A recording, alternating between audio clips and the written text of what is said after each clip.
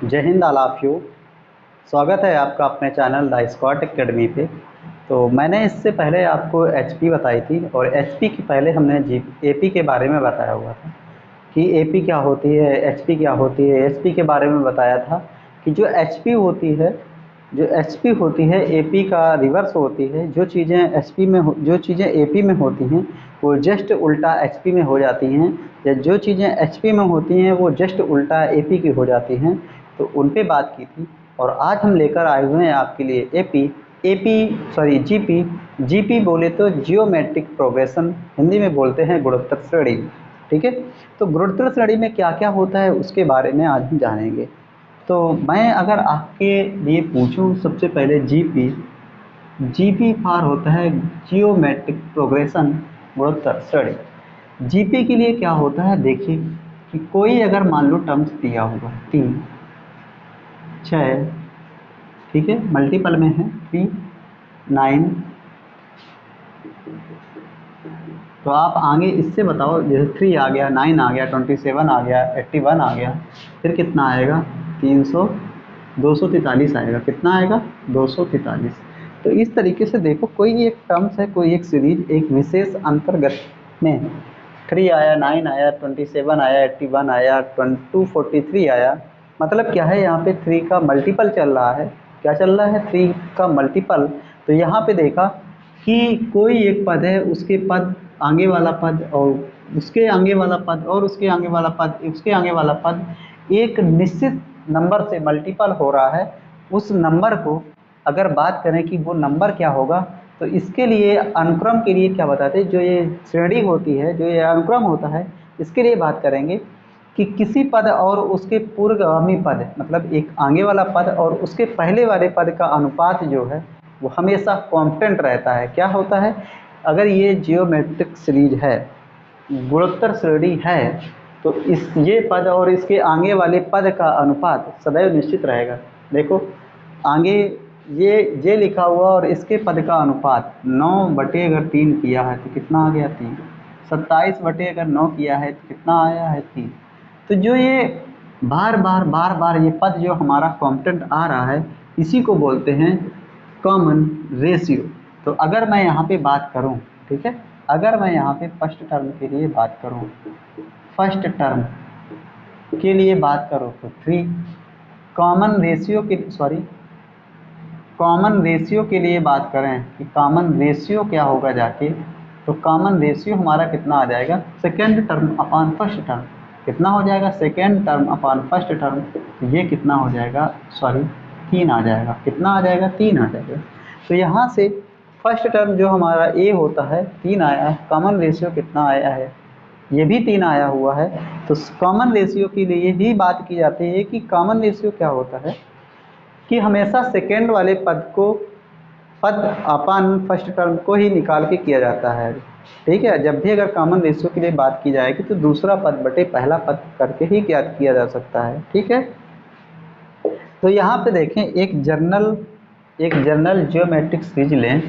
ठीक है, तो यहाँ से अगर एक हम जर्नल जियोमेट्रिक सीरीज लें, ऐसे A R square, A R cube up to dot dot. तो यहाँ से अगर फर्स्ट टर्म के लिए बात करें, ठीक है, फर्स्ट टर्म के लिए बात करें तो ये क्या होगा जाके ए। कॉमन रेशियो के लिए बात करें, कॉमन रेशियो के लिए बात करें तो ये क्या हो जाएगा, स्मॉल आर। कितना होगा जाके, स्मॉल आर। अगर हम यहाँ पे जनरल टर्म के लिए बात कर लें, किसके लिए, जनरल टर्म के लिए बात करें, ठीक है, जनरल टर्म के लिए बात करें, जनरल टर्म के लिए बात करें या nth टर्म के लिए बात करें, बहुत आर सेम, nth टर्म के लिए बात करें तो ये क्या होता है, Tn बराबर होता है, Tn बराबर क्या होता है, ए आर की पावर n-1। क्या होता है, ए आर की पावर n-1, ये हमारा होता है। ठीक है, ये क्या होता है, Tn बराबर ए आर की पावर n-1, और ये हमारा बिगिनिंग से है, ये हमारा क्या है, बिगिनिंग से है। और यही सीरीज अगर आगे और हम बढ़ाते चले जाएं, यही सीरीज अगर हम और आगे बढ़ाएं तो ये क्या हो जाएगा, ये क्या हो जाएगा, लास्ट तक बढ़ाते चले जाएं।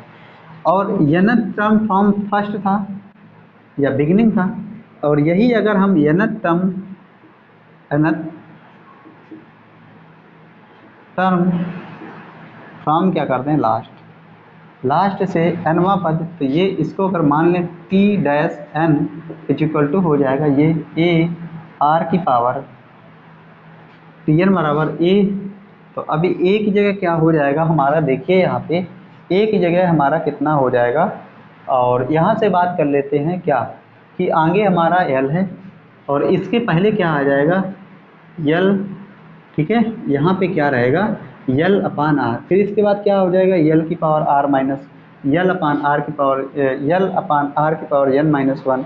तो इस तरीके से हमारा आगे चलेगा, ठीक है।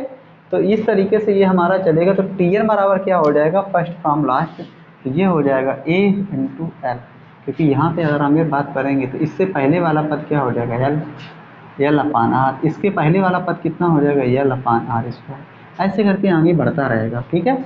तो ये हमारा हो जाएगा टी एन बराबर ये हो गया। इसको अगर मैंने मान लिया फर्स्ट, इसको मान लिया सेकेंड, तो क्या कर दिया फर्स्ट का मल्टीप्लाई सेकेंड से, तो ये क्या हो जाएगा T N into T dash N, और ये क्या हो जाएगा ए से ए कैंसिल, ये हो जाएगा यल अपान, ठीक है।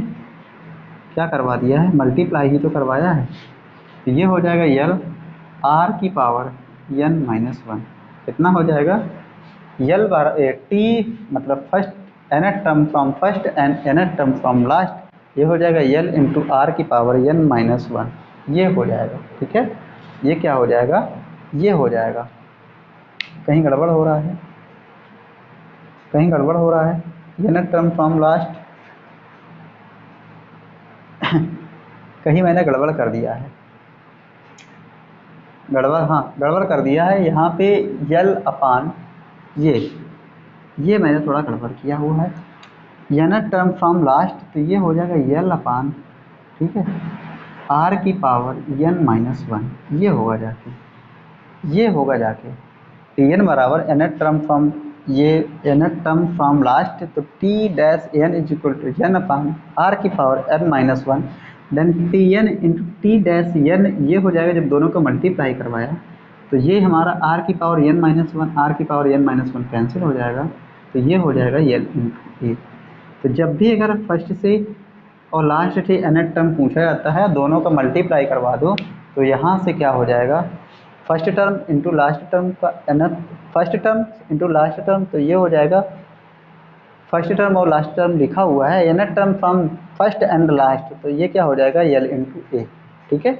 तो ये भी हमारा एक फार्मूला बनता है जाके, मतलब क्या होता है देखो,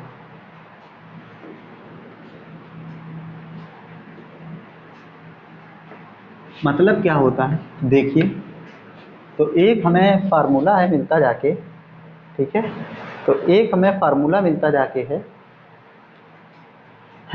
देखो अगर हमारे पास लिखा हुआ है 2 4 8 16 64 128, तो यहाँ पे अगर हम मल्टीप्लाई करवाएं दो का, फर्स्ट और लास्ट वाले का मल्टीप्लाई करवाएं, ठीक है, फर्स्ट और लास्ट वाले का मल्टीप्लाई करवाएं तो 256 होता है, इसका और इसका मल्टीप्लाई करवाएं तो ये भी 256 होगा जाके, और इसका मल्टीप्लाई करवाएं तो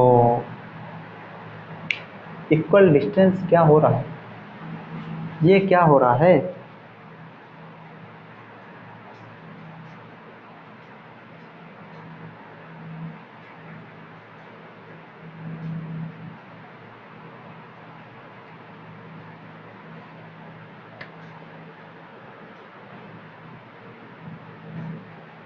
दो 4 8 16 32, ओ 32 मिस्टेक है यार, इसलिए नहीं बन रहा है 32, फिर क्या होगा 64।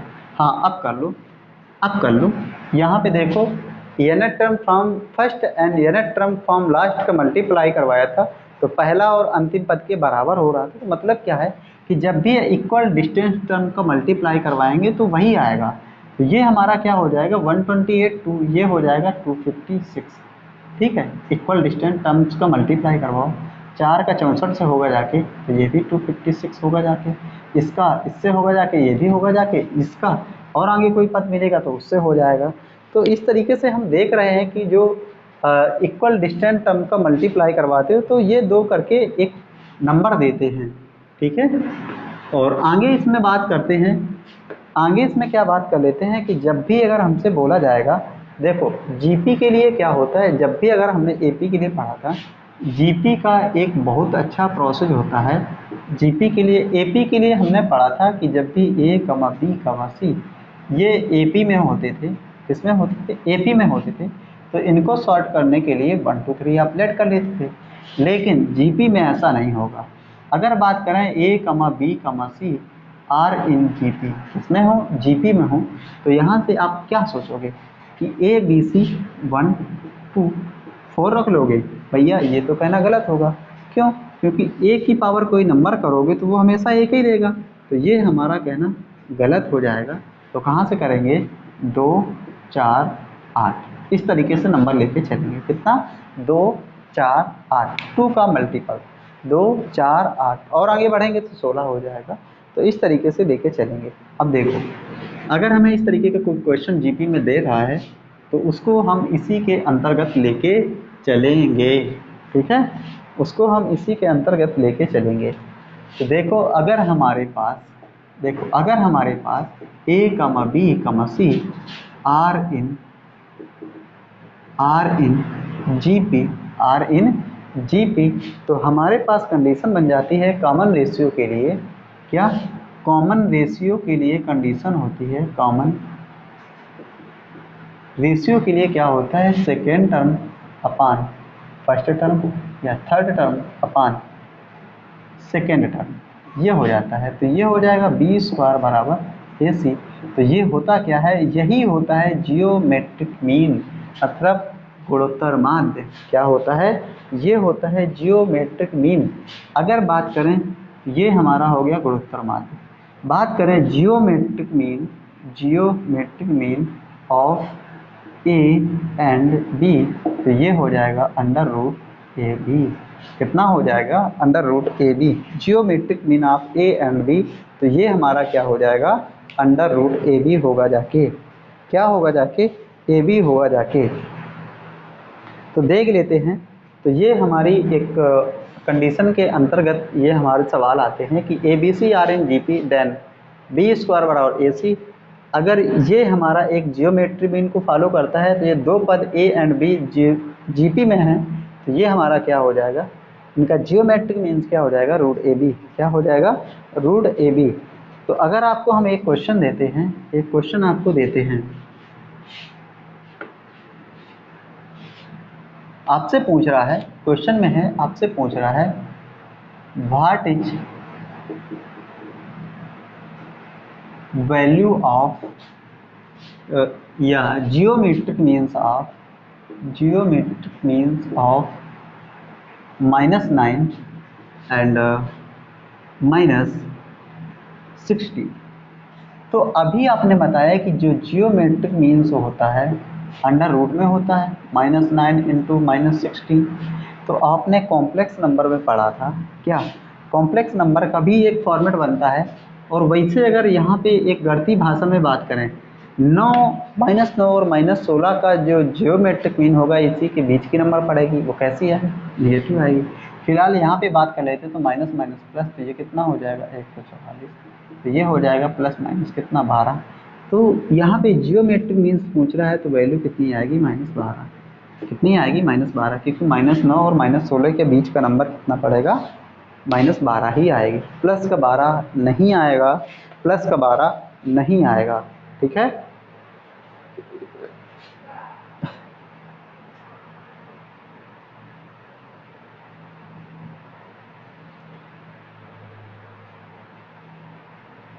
नेक्स्ट अगली देख लेते हैं, अगली सीरीज हमारी क्या है। आगे अभी कॉन्सेप्ट आपको करवा रहे हैं, कॉन्सेप्ट करवाने के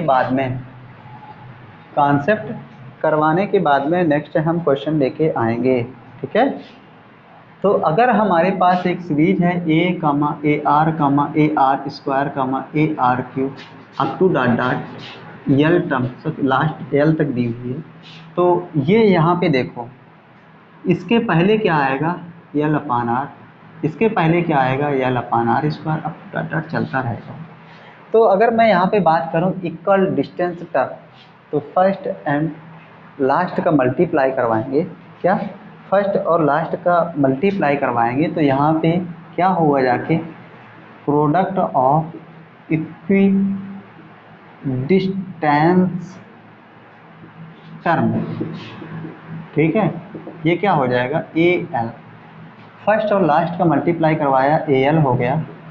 सेकेंड और यहाँ सेकेंड लास्ट का मल्टीप्लाई करवाएंगे, ये भी हमारा एल होगा। फर्स्ट थर्ड और लास्ट थर्ड का मल्टीप्लाई करवाएंगे, ये भी हमारा क्या होगा जाके, ए एल, ठीक है। तो मैं एक बात करना चाहूँगा एक क्वेश्चन के लिए, ये इक्वल डिस्टेंस टर्म का मल्टीप्लाई इक्वल ही होता है, मतलब यहाँ से मैंने फर्स्ट और लास्ट का मल्टीप्लाई करवाया तो इक्वल आया ये हमारा। तो एक मैं अगर इसी में कंडीशन बात करूँ, कंडीशन या क्वेश्चन दोनों ही आता है, नेवी में आया हुआ था, एनडीए में भी आ सकता है, तो बात करते हैं। क्वेश्चन है हमारे पास, अगर G1 comma G2 comma G3 up to dot dot Gn to dot dot Gn n geometric means are Gn n geometric means of inserted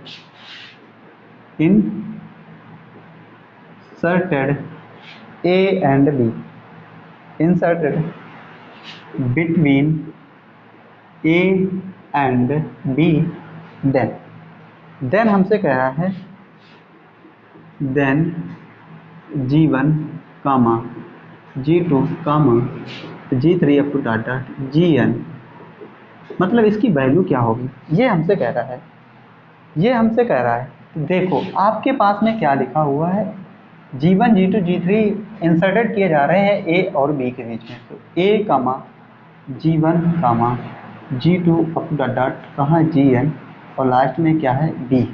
यहाँ पे जब भी बात कर रहे हैं कि A और B के बीच में G1 G2 G3 टर्म्स जो हैं, ये पद हैं, इंसर्टेड किए जा रहे हैं A और B के बीच में, तो अभी आपने बात की क्या कि जो भी इक्वल डिस्टेंस टर्म्स होते हैं ये हमारे काय में होते, एपी में होते हैं, और कितने हैं, n इंसर्टेड किए जा रहे हैं, तो इक्वल डिस्टेंस टर्म्स का क्या हो जाता है, मल्टीप्लाई, ये क्या हो जाता है मल्टीप्लाई। और कितने पद हैं, ये हैं किस में, ये हैं हमारे एपी में, एपी में हैं तो इनके लिए पावर कितनी हो जाएगी 1/2, सॉरी जीपी में है किस में हो जाएगी पावर 1/2, हैं कितने तो n है, तो ये हो जाएगा ये। या इसको ऐसे भी कर सकते हैं A B under root A B की पावर कितना n, ठीक है, ये भी हम कर सकते हैं।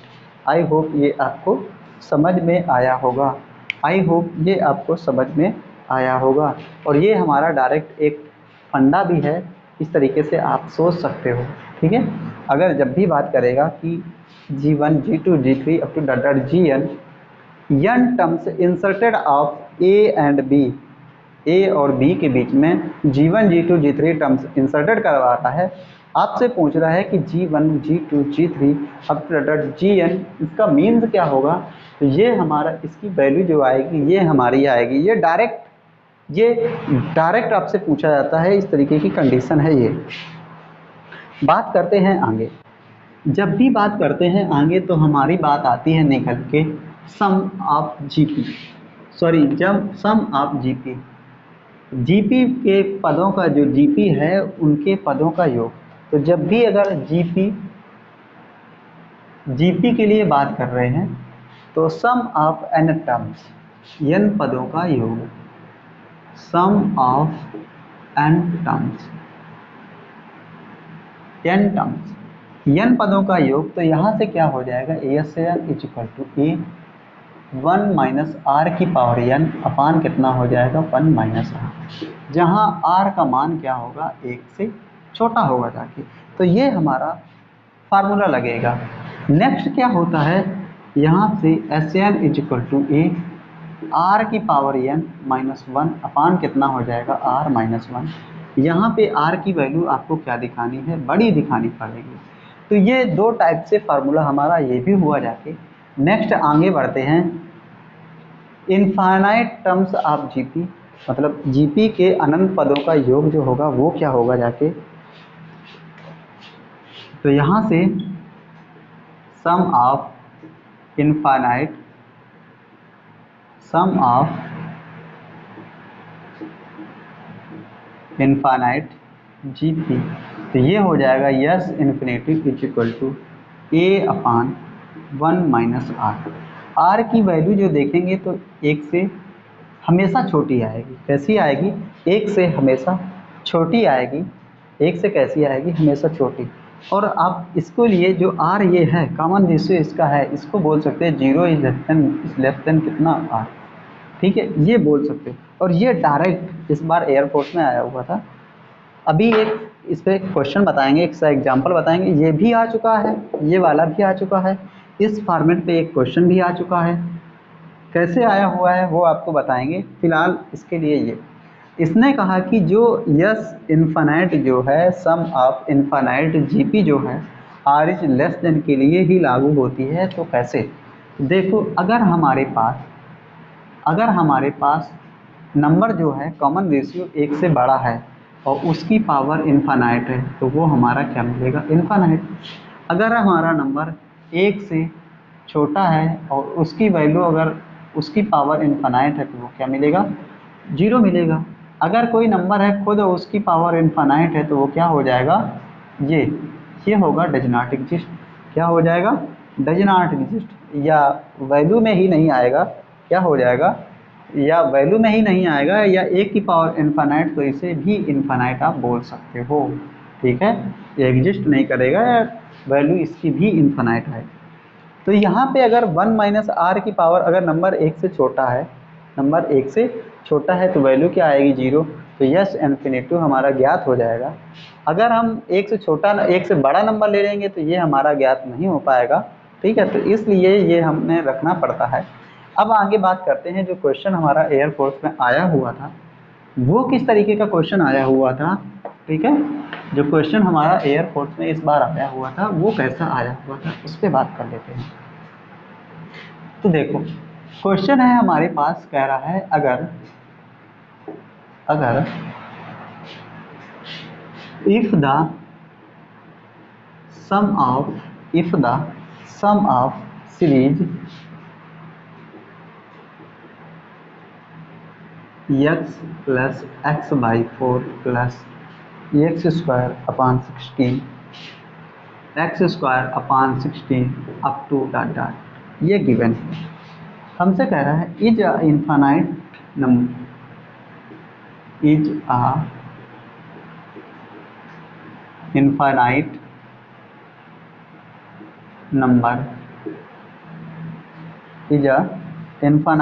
नंबर देन हमसे कह रहा है x is equal to, x का मान क्या है? ऑप्शन आपके पास में A, B, C and D, 4 option आपके पास में हैं। पहले कह रहा है x is greater then 4, next x is less than 4, x is greater than is equal to 4, x is less than is equal to 4। अब हमारे पास देखो यहाँ से x की वैल्यू पूछ रहा है, तो अगर यहाँ पे कॉमन रेशियो के लिए बात कर लें, कॉमन रेशियो हमारा क्या आएगा? ये कुछ, ठीक है, यहाँ से अगर बात करें, कुछ गड़बड़ दे रहा है यार,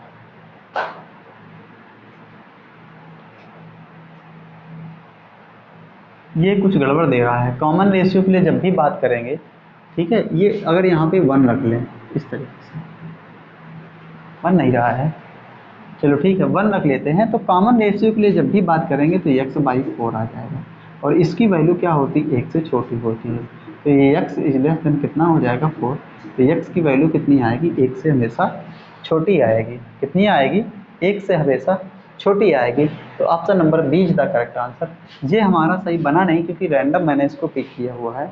आगे जब भी अगर इस तरीके का क्वेश्चन आएगा तो आपको मैं ज़रूर दिखाने की कोशिश करूँगा। ठीक है, आपको ज़रूर दिखाने की कोशिश करूँगा।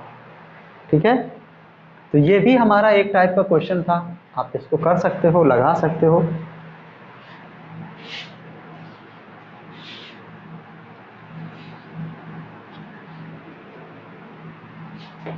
नेक्स्ट बात करें,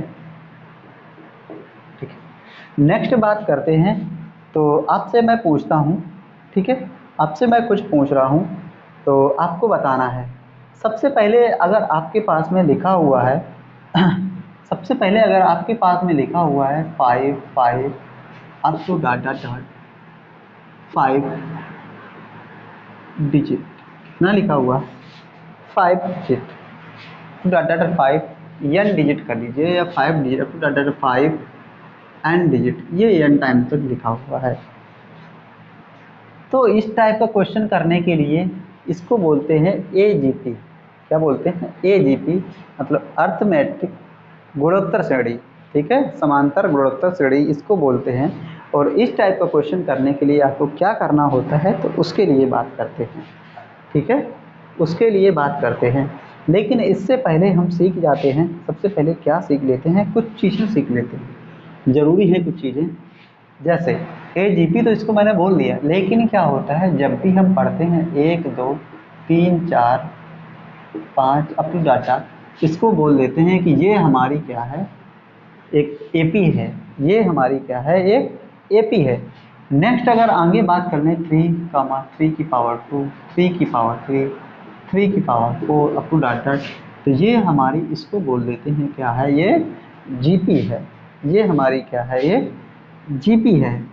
और इसी तरीके से अगर मैं बात कर लूँ आपसे 1 कमा 1 स्क्वायर, 1 कमा 1 स्क्वायर, तो 1 की पावर 1, 1 की पावर 2, 1 की पावर 3 और 1 की power 4 up to dot dot, इसको बोलोगे ए जी पी, मतलब कौन सी है, समांतर गुणोत्तर श्रेणी है।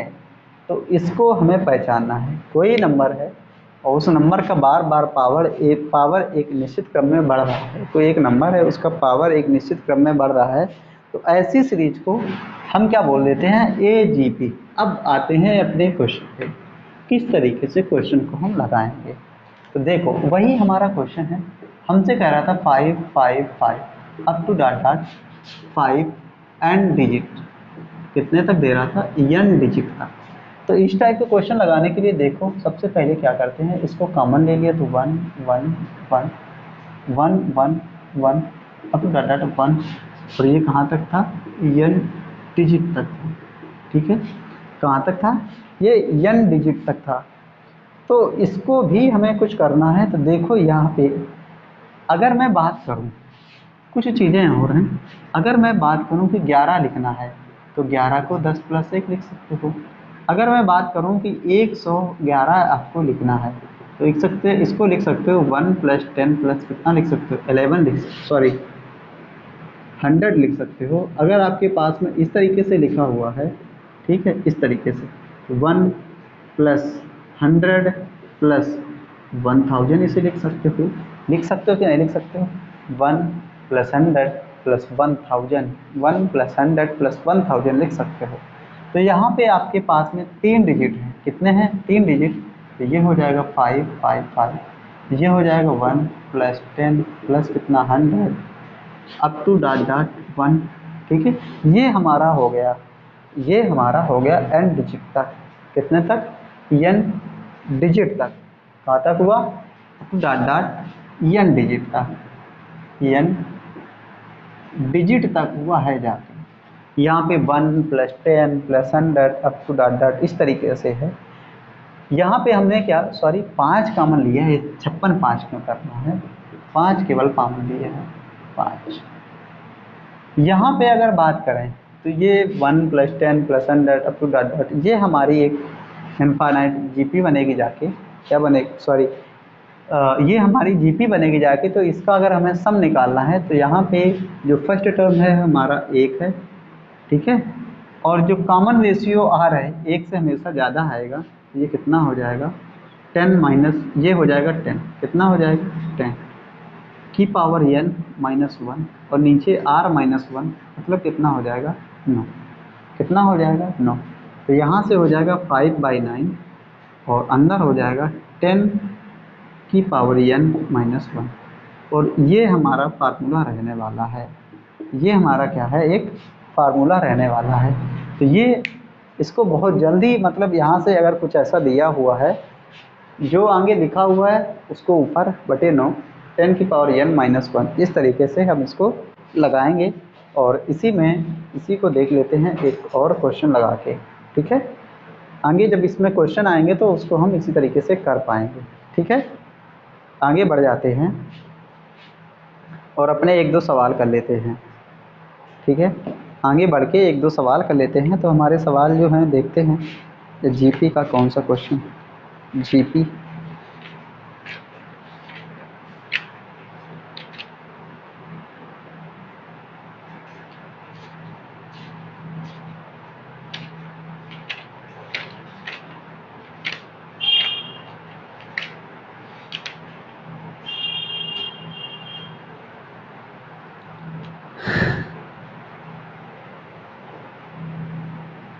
तो जीपी में ही बात कर लेते हैं। अगर कोई नंबर है, ठीक है, तो थोड़ा और बात कर लेते हैं, क्योंकि हमें क्वेश्चन दिख गया था उसमें बात कर लेते हैं, क्योंकि ऐसा भी पूछ लेता है, ठीक है।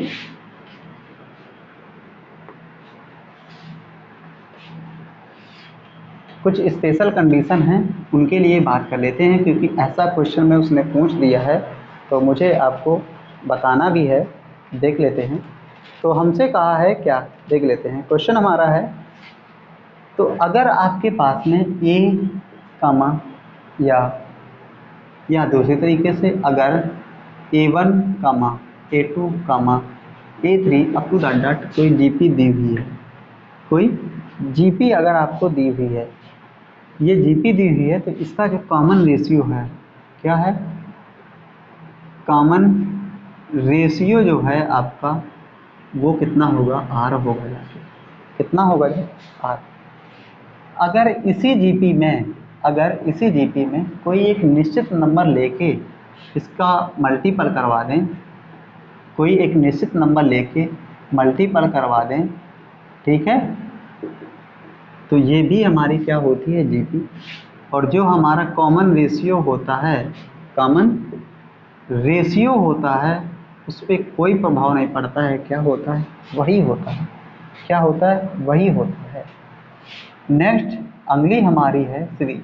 कह रहा है कि अगर कोई नंबर है, कोई एक पर्टिकुलर सीरीज है, उनके पदों को आपस में वर्ग करवा दें, क्या करवा दें, सॉरी वर्ग करवा दें, किसी वर्ग करवा दें, घन करवा दें, ठीक है, वर्ग करवा दें या घन करवा दें, तो वो हमारी जीपी ही रहती है। और उसका जो कॉमन रेशियो होता है, क्या, जो कॉमन रेशियो होता है उस पर कोई प्रभाव नहीं पड़ता है, क्या होता है, कॉमन रेशियो होता है, उस पर कोई प्रभाव नहीं पड़ता है। तो ये हमारी सब की सब जीपी के लिए प्रॉपर्टी हैं। नेक्स्ट अगर हम बात करते हैं कि अगर आपके पास में कोई एक जीपी है, कोई एक जीपी है, कोई एक जीपी है, ये जीपी है, कोई एक निश्चित नंबर लेके और उसका अगर भाग दे दो, तो वो हमारी क्या रहती है, जीपी ही रहती है। और उसके कॉमन रेशियो पर, क्या बोला कि कॉमन रेशियो पर कोई प्रभाव नहीं पड़ता है। अगर कोई जीपी है, उसके नंबरों में से कोई एक कांस्टेंट नंबर लो, मतलब वही नंबर हर बार हर एक संख्या में डिवाइड हो, तो जीपी पे कोई प्रभाव नहीं पड़ेगा, वो जीपी ही रहेगी। और कॉमन रेशियो पे भी कोई प्रभाव नहीं पड़ेगा।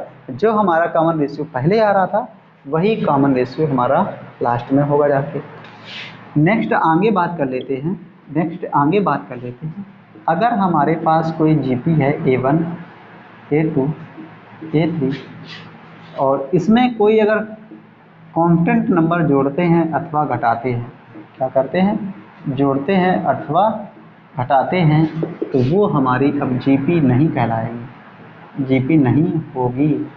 तो इसके लिए जब जीपी नहीं होगी तो कॉमन रेशियो नहीं बता पाओगे, ठीक है, तो वो हमारी क्या है, जीपी नहीं होगी। तो इसके लिए जो है आप कॉमन रेशियो नहीं बता सकते हो, क्या है, आप इसके लिए कॉमन रेशियो नहीं बता सकते हो। तो ये हमें याद में रखना है, ये हमें याद में रखना है, ठीक है, ये हमें याद होना चाहिए। तो जब भी बात करेंगे तो ये हमारा एक कॉमन रेशियो के अंतर्गत आएगा, ओके। ये हमारा कॉमन रेशियो के अंतर्गत, कॉमन जीपी के अंतर्गत आएगा। और इसमें कॉमन रेशियो के लिए विशेषता बात की गई है कि कोई अगर एक जीपी है, A1 A2 A3, उसका कॉमन रेशियो अगर R है, तो वही अगर जीपी लें उसमें एक कांस्टेंट टर्म से मल्टीप्लाई करवाएं तो जीपी पे कोई प्रभाव नहीं पड़ेगा, कॉमन रेशियो वही आएगा। और वही अगर एक जीपी है, एक निश्चित नंबर से वर्ग कराएं, घन कराएं, तो जीपी पे कोई प्रभाव नहीं, कॉमन रेशियो पे भी कोई प्रभाव नहीं, क्योंकि जीपी रहेगी, कॉमन रेशियो वही रहेगा। वही अगर जीपी के लिए बात करें, एक कांस्टेंट टर्म लें उसका भाग करें तो कॉमन रेशियो पे कोई प्रभाव नहीं। और यहाँ पे कोई एक कांस्टेंट टर्म लें, जोड़े घटाएं, तो वो जीपी के अंतर्गत नहीं आता है, तो जीपी हमारी होगी नहीं, तो कॉमन रेशियो बता नहीं पाओगे। ठीक है, तो आगे बात कर लेते हैं।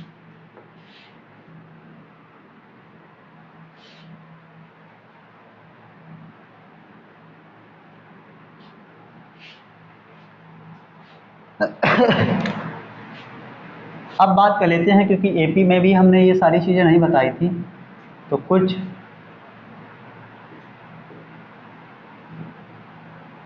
इम्पोर्टेंट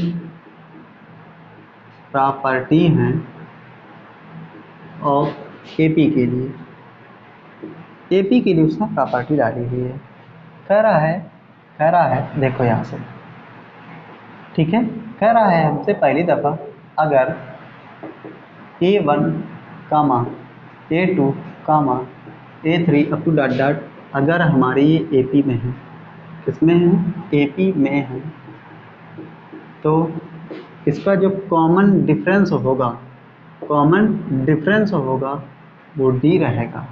क्या रहेगा, डी रहेगा। ठीक है, अगर मैं बात करूं कि यही अगर हमारी एपी है A1, ठीक है, A1, आगे A2 है, A3 है, अप टू डॉट डॉट, ये सारा एपी में ही रहेगा। और अगर किसी एक पर्टिकुलर नंबर को जोड़ दें, तो वो हमारी एपी में ही रहेगी, एपी में ही होगी, और जो कॉमन डिफरेंस है वो भी हमारा क्या रहेगा, टी रहेगा।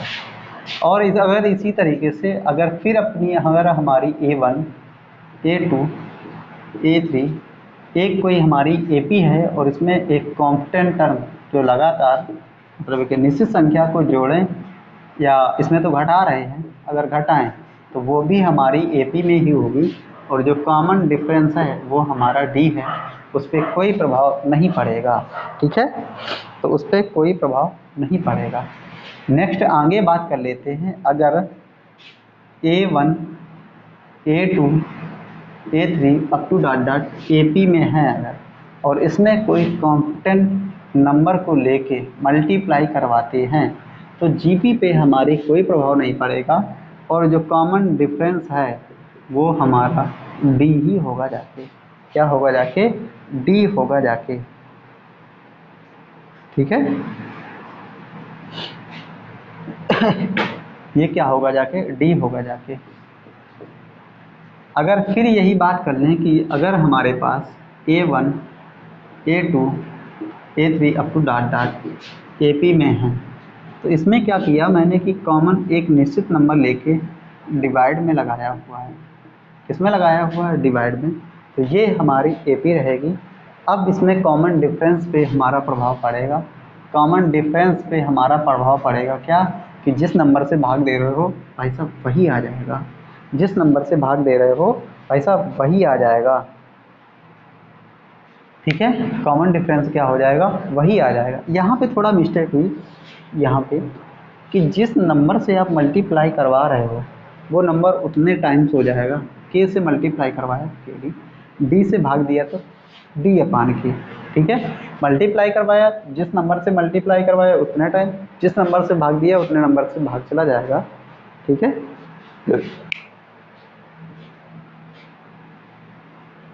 अगर इसी में बात कर लें आगे, ठीक है, आगे बात कर लेते हैं। अगर हमारे पास देखो, अगर A1, A2, A3 up to dot dot AN, up to dot dot AN, और B1, B2 comma B3 up to dot dot Bn दो समांतर श्रेणी हैं। क्या है? दो समांतर श्रेणी हैं। तो इनके जो कॉमन डिफरेंस होंगे जाके एक का होगा जाके D1, कॉमन डिफरेंस जो होगा जाके एक का D1 व दूसरे का क्या हो जाएगा D2। मतलब अगर दो समांतर श्रेणी हैं तो उनके जो कॉमन डिफरेंस होंगे जाके वो भी अलग अलग होंगे जाके, ठीक है, वो भी हमारे किसमें होंगे जाके अलग अलग। वही अगर बात कर लें, अगर हमारे पास एक समांतर श्रेणी है A1, A2, A3 up to dot dot, और अगर उसको वर्ग करवाते हैं या घन करवाते हैं, कुछ भी करवाते हैं, तो वो हमारी AP में नहीं होगी जाके, नहीं होगी, AP नहीं होगी, AP नहीं होगी।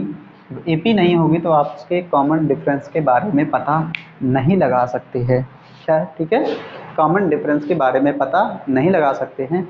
आई होप जो चीज़ें आपको बताई ये इम्पोर्टेंट थी, कहीं ना कहीं ये चीज़ें इम्पोर्टेंट थी, क्योंकि ये एग्ज़ाम बेस्ड है। एनडीए में आपको डायरेक्ट पूछा जा सकता है इस टाइप का क्वेश्चन ऐसे, ठीक है, तो आपको इससे घबराना नहीं है। आपको चीज़ें बिल्कुल सिमेट्रिकल जैसे चीज़ों को आप कर रहे हो, ठीक उसी हिसाब से चीज़ों को करना है, ठीक है। तो आगे एक दो क्वेश्चन देख लेते हैं, हमारे जो क्वेश्चन है एक दो देख लेते हैं, फिर इसके बाद आगे बात करेंगे अपनी।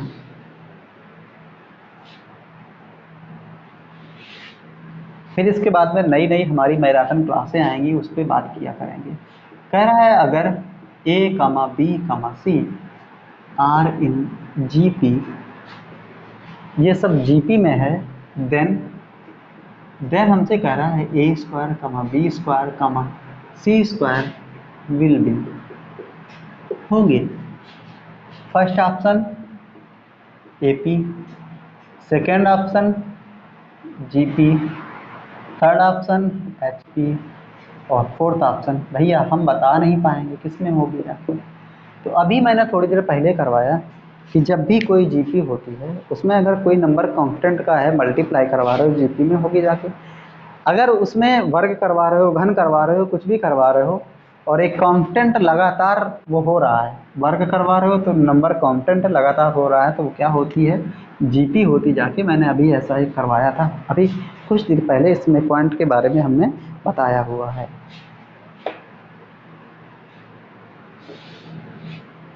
ठीक है।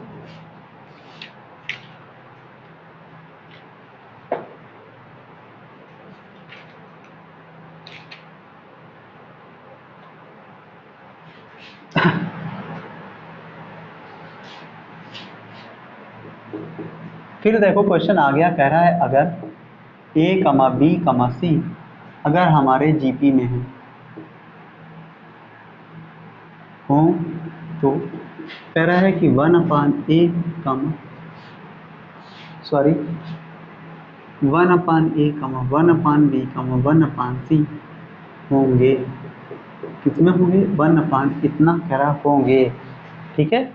अब होंगे का मतलब देखो, मैंने आपसे सिंपल बताया था कि जब भी अगर आप GP के लिए मानोगे, किसके लिए मानोगे, GP के लिए मानोगे, तो यहाँ पे ABC GP में है, ABC किसमें है GP में। अगर 2, 4, 8 अगर आपने माना है ABC ABC, तो ये होता है B स्क्वायर बराबर AC। B कितना है 4, 4 का वर्ग, A कितना है 2, और ये कितना है 8, तो ये हो गया 4 की पावर 2 बराबर 4 की पावर 2।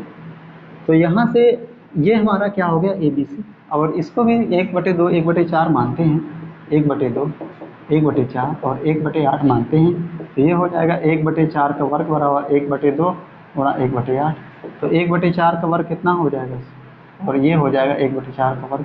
तो ये भी हमारा क्या होगा, GP को फॉलो कर लेगा, तो ये भी हमारा क्या हो जाएगा, ये भी एक GP होगी जाके। 1/A, 1/B, 1/C क्या हो जाएगा, GP में हो जाएगा, किसमें हो जाएगा, GP में, ठीक है। फिर आगे बात कर लेते हैं, देखो हमें लिखा हुआ है आगे, फिर हमें एक क्वेश्चन है बहुत ही बढ़िया, मतलब ये क्वेश्चन आया हुआ है भाई, ये क्वेश्चन आया हुआ है, देखो हमें लिखा हुआ है, रब कर लेते हैं, हमें लिखा हुआ है 1 + 1/2। क्या कह रहा है, क्वेश्चन है हमारे पास, देखो क्वेश्चन बहुत ही मज़ेदार क्वेश्चन है। क्वेश्चन कह रहा है 1 plus 1/2 plus 1 plus 1/2 plus 1/4 up to dot dot plus up to dot dot कह रहा है पदों का योग निम्न में होगा। पदों का योग होगा। ऑप्शन हमारे पास हैं A option, B option, C option and D option. 4 option आपके पास में गिवन है। पहला ऑप्शन है हमारे पास 1/2 की पावर n। सेकेंड ऑप्शन है हमारे पास 1/2 की पावर n, 1/2 की पावर n प्लस 1। नेक्स्ट है हमारे पास 2 इंटू 1 माइनस 1/2 की पावर n। नेक्स्ट फिर ऑप्शन है हमारे पास 1 माइनस 1/2 की पावर n। 4 ऑप्शन है हमारे पास। अगर मैं यहाँ पे फर्स्ट टर्म के लिए बात करूँ तो a बराबर कितना है 1। कॉमन रेशियो के लिए r के लिए बात करें तो क्या आएगा 1/2। ये अप टू डॉट डॉट ये पद दिए हुए हैं और हमसे कह रहा है n पदों का योग, up to dot dot n पदों का योग। फार्मूला होता है Sn is equal to a into R. हमारा अगर r कॉमन रेशियो जो है 1 से कम है तो ये होता है 1 माइनस आर की power n upon 1 minus R. a कितना है 1 माइनस आर कितना है 1/2 की पावर कितना हो जाएगा n और नीचे कितना हो जाएगा 1 माइनस 1/2। ओके, ये हमारे पास रहने वाला है। तो यहाँ से देखो इसको सॉल्व करेंगे तो ये हो जाएगा 1 माइनस 1/2 की पावर n और नीचे हो जाएगा 1/2। तो क्या करेंगे 2 तो आगे आ जाएगा, ये हो जाएगा 1/2 इंटू 1 माइनस 2 की पावर n। इसके अकॉर्डिंग कौन सा ऑप्शन सेटिस्फाई होगा? Option number C is the correct answer. देखो भाई साहब, अरे भाई ये तो एनडीए वाला क्वेश्चन हुआ जाके। ऐसा ये क्वेश्चन एनडीए में आता है। कैसा क्वेश्चन है ये? एनडीए का क्वेश्चन है, मतलब आ सकता है। देखो अब एयरफोर्स का ये क्वेश्चन आया हुआ है, बिल्कुल आया हुआ है, आया था क्वेश्चन। ये एयरफोर्स का क्वेश्चन है। देखो हमसे कह रहा है, एक ही क्वेश्चन बस बताना चाहूँगा। कह रहा है जीपी का तीसरा पद 4 है। हमसे कह रहा है अगर जीपी का तीसरा पद 4 है तो उस जीपी के प्रथम 5 पदों का गुणनफल होगा। तो कह रहा है तो उस जीपी के 5 पदों का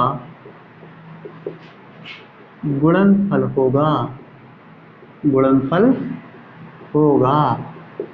ठीक है, option A, B, C and D.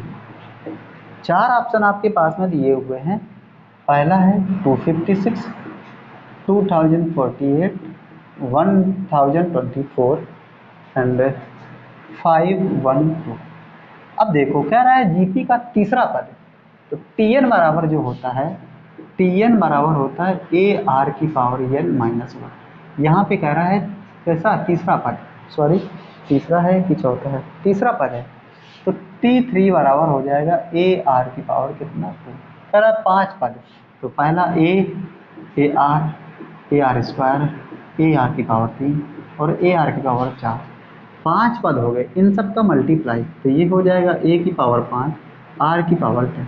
इसको कर सकते हैं ए आर स्क्वायर की पावर कितना 5। ए आर कितना दिया हुआ है, T3 कितना दिया हुआ था 4 दिया हुआ था, तो ये हो जाएगा 4 की पावर 5, जो कि हमारा आने वाला है 1024। Option C is the correct answer. भाई ये एयरफोर्स में क्वेश्चन आया हुआ है, ये IAF में क्वेश्चन आया हुआ है।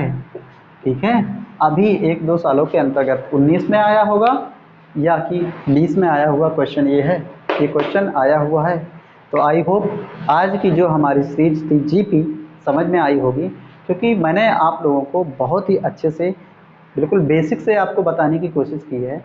और अगर हमारा सेशन अच्छा लग रहा है सो गाइस आप अपने फ्रेंड सर्कल में इसे सेंड कर सकते हैं, दोस्तों को बता सकते हैं। आप कहीं पर भी इसे सेंड कर सकते हैं, जैसे फेसबुक हो गया, इंस्टा चलाते हो गए आप, इंस्टा पे भी सेंड कर सकते हो, फेसबुक पे स्टोरी लगा सकते हो, व्हाट्सएप पे भी सेंड कर सकते हो। आजकल तो बहुत सारे मीडिया प्लेटफॉर्म हैं, आप वहाँ पे भी सेंड कर सकते हो। सो गाइस, आज के लिए बस इतना ही, मिलते हैं जल्दी नेक्स्ट सेशन में, तब तक के लिए जय हिंद।